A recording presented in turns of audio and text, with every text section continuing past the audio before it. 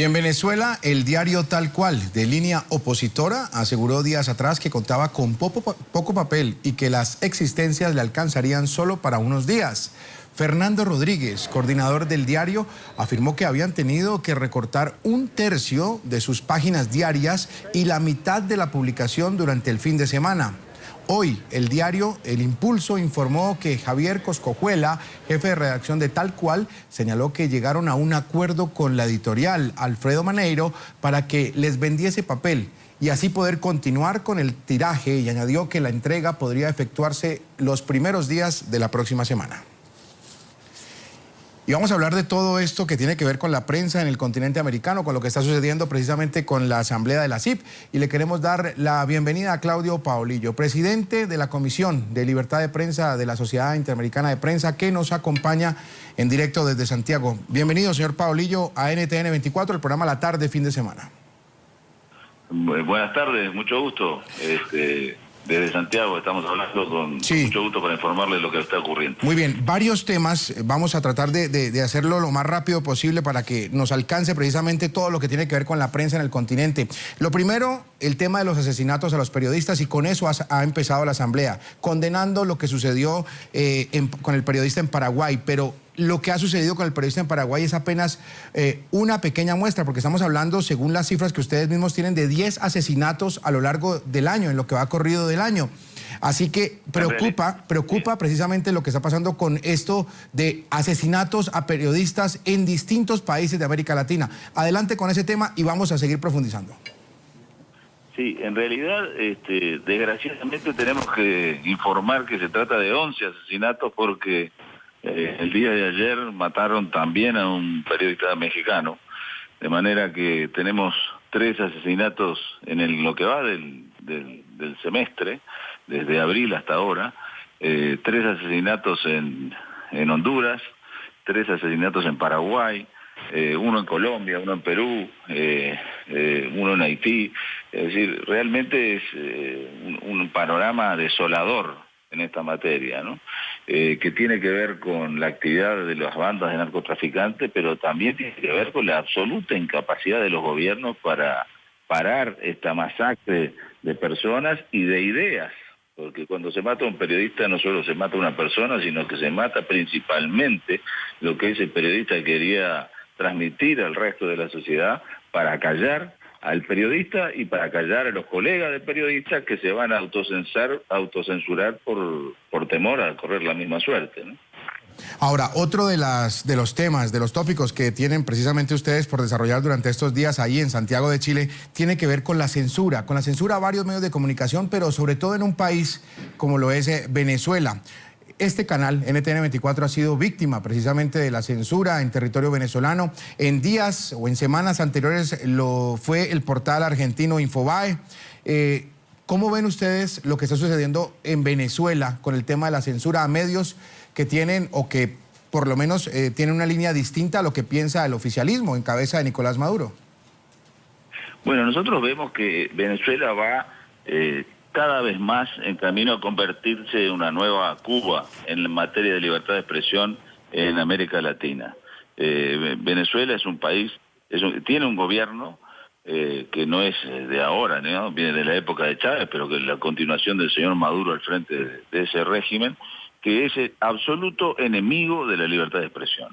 La censura en Venezuela está instaurada como sistema, es decir, no es que sea actos aislados que se producen como consecuencia de acciones que molestan momentáneamente al poder, sino que es un sistema. El sistema de censura implica la distribución de publicidad oficial de modo absolutamente arbitrario, la persecución de periodistas, que algunos de los cuales están exiliados, por informar cosas que no le gustan al poder o por opinar en forma independiente, la no provisión de papel a los diarios, que están cerrando uno tras otro como consecuencia de la también conducta discriminatoria del gobierno venezolano, que entrega papel, o mejor dicho, divisas para comprar papel a los diarios amigos y no se los da a los enemigos, y últimamente también la expulsión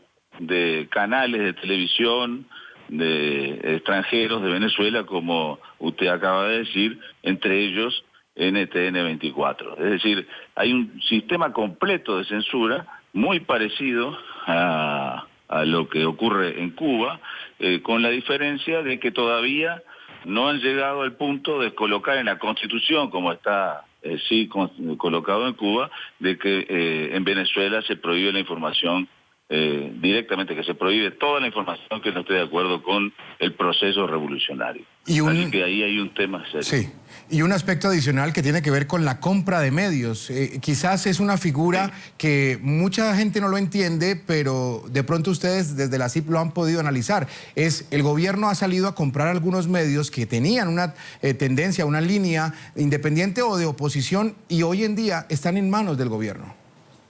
Correcto, ese es el nuevo mecanismo que, gracias a la solvencia económica, que no es tanta en Venezuela tampoco, por el desastre económico que es el gobierno chavista y el gobierno de Maduro, sin embargo tienen dinero suficiente como para hostigar primero a medios críticos o independientes, y cuando no lo pueden clausurar, como clausuraron a Radio Caracas Televisión, simplemente persiguen a los propietarios de esos medios, como el caso de Guillermo Zuloaga en Globovisión, y luego consiguen empresarios amigos del poder, a quienes llenan los bolsillos de publicidad del Estado y de concesiones de obra pública y otras prebendas, a cambio de que coloquen los medios de comunicación que compran al servicio del gobierno. Es decir, no se trata de medios estatales o medios públicos, medios gubernamentales, sino que se trata de medios privados, manejados por empresarios privados, pero que son cómplices del gobierno al ponerlos al servicio del poder con la única finalidad de hacer dinero. Es decir, es un negocio espurio donde los empresarios privados son cómplices de la censura. Hay otro tema que preocupa en la región y es el de la ley de medios en Ecuador. Cambiamos de país, dejamos a Venezuela a un lado, vámonos para Ecuador. Ese tema de la ley de medios en Ecuador preocupa mucho a la región, preocupa mucho porque hay una tendencia o podría generar una tendencia para otros países vecinos a Ecuador. ¿Ustedes cómo lo ven desde la CIP? Mire, la ley orgánica de comunicación, que así se llama la ley que hizo aprobar el presidente Rafael Correa en Ecuador, es la peor ley que existe en América Latina en esta materia, puesto que es la más abarcadora de todos los tipos de censura habidas y por haber de manera legal. Es una ley.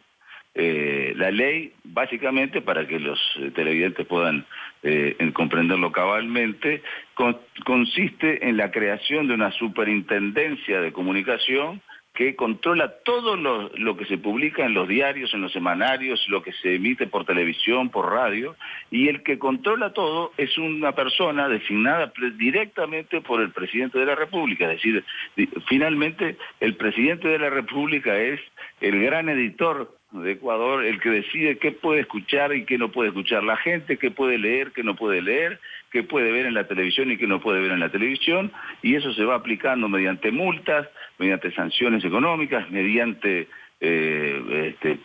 sanciones económicas que asfixian a los medios y terminan apagando y acallando todo tipo de crítica o todo tipo de información independiente que pueda haber en Ecuador. Ecuador, yo diría que es menos brutal que Venezuela, pero es más inteligentemente peligroso que Venezuela. Claro. Ahora, señor Pablillo, agradeciéndole estos minutos con NTN 24 y finalizando con usted, la llegada de Ricardo Trotti ha trascendido en las últimas horas que ya hay el consenso que ha sido, o fue elegido mejor, Ricardo Trotti como director de la Sociedad Interamericana de Prensa. ¿Qué se espera con la llegada de Trotti ahí a la cabeza de la entidad? Bueno, Ricardo Trotti ha sido designado por el Comité Ejecutivo de la Sociedad Interamericana de Prensa como nuevo director ejecutivo de esta organización, porque el actual director ejecutivo, que es el señor Julio Muñoz, luego de 32 años de gestión, ha resuelto retirarse, luego de una gestión muy prolongada. Ricardo es un adalid en la defensa de la libertad de prensa en América Latina. Él ha sido durante años coordinador de libertad de prensa en la CIP, y bueno, yo como presidente de la Comisión de Libertad de Prensa he trabajado codo a codo con Ricardo durante estos años, y puedo dar fe de que es una garantía para periodistas y para medios de comunicación independientes a los efectos de respaldarse en él para defenderse de los ataques de los gobiernos autoritarios.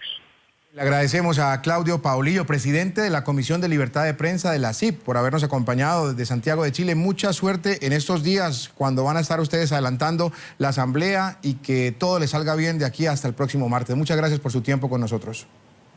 Muchísimas gracias a ti. Hasta Muy luego. amable.